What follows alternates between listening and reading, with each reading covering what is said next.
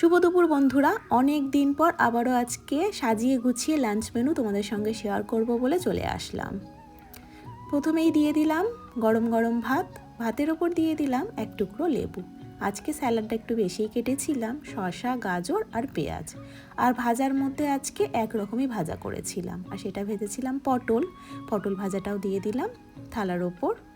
এরপরে চলে আসবে বাটি, তা বাটিতে কি দিচ্ছি সেটা তোমরা দেখে নাও। প্রথমেই আমি এখানে করেছিলাম ভেজ ডাল, গাজর আর বিনস দিয়ে মুগ ডাল করেছিলাম।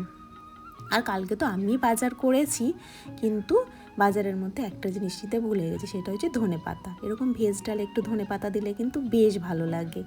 আর তারপরে যেটা করেছিলাম সেইটা করেছিলাম পালং শাকের তরকারি, সিম, বেগুন, বড়ি, আলু দিয়ে পালং শাকের তরকারি। আমাদের তো পালং শাক চাষ হয়েছে আর সিমও চাষ হয়েছে, সেই আমাদের মাঠের সবজি দিয়ে তরকারিটা করেছিলাম।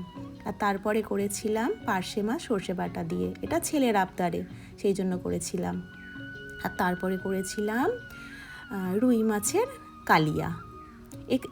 এই কালিয়াতেও একটু ধনেপাতা দিলে ভালো লাগতো, কিন্তু আজকে কালকে মিস করে দিয়েছে, তাই আজকে আর কিছুতে দিতে পারলাম না। তারপরে পাঁপড় ভাজা, ছেলের আজকের বায়না ওই যে সর্ষে বাটা দিয়ে মাছ আর পাঁপড় ভাজা দিয়ে ভাত খাবে, সে আর কিচ্ছুটি খাবে না।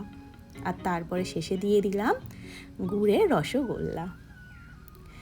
আর আজকের মেনুটা একটু শীত স্পেশাল মনে হচ্ছে না তোমাদের? আমার কিন্তু তাই মনে হচ্ছে। আর তোমাদের কি মনে হলো সেটাও কিন্তু আমাকে কমেন্ট করে জানিও। চলো, তারপরে দিয়ে দিচ্ছি জল। এই ছিল আজকে বৃহস্পতিবারের আমার দুপুরের লাঞ্চ মেনু। তোমরা জানিও কেমন লাগলো, আর তোমাদের এই রকমভাবে লাঞ্চ মেনু দেখতে ভালো লাগে, নাকি বাবু যে এইভাবে ভিডিওটা করে দেয় মা আজকের লাঞ্চ মেনুতে কি হয়েছে সেইটা বেশি ভালো লাগে, ওটাও কিন্তু আমাকে কমেন্ট করে জানিও। চলো, আজকের মতো এইটুকুই, টাটা।